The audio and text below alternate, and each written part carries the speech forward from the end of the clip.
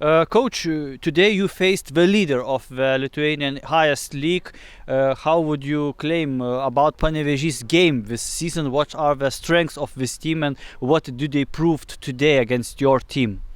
Yes, we faced the leader today. A strong Panevėžio, collectively very strong, individually in the front very strong, but I would say very competent in the back. It's not only their attack that is very strong, I would say their defensive whole process is very strong. Once again, they were able to keep a clean sheet, and then they were able to take advantage of the two mistakes that we made in the game. They took advantage of them, but I thought overall we were competitive. It's just these two mistakes cost us any chance of having a chance to take any points with us, but we can't make these mistakes. It's absolutely incredible the mistakes we made today. When you prepared the team for this match, what would be the strengths of your team, which could make damage to Panevėžys? How was your thoughts prior this game? How you could manage to play against the championship leaders? So we've come from a situation where we had two games in a space of a few days. So this was our third game in 7 days. We knew that physically Panevėžys would be able to dominate us in certain periods of the game. Our target was to try and take the game to half time, to not be behind the score sheet.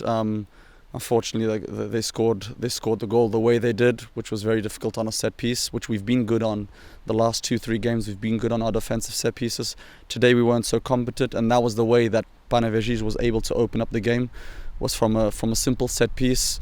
We weren't able to control the situation, and they got in front. In the second half, again, we started well. We started trying to create something, to have the ball, to try and arrive in the midfield. I made a few changes based on that to try and keep the team up high and eventually create a few chances.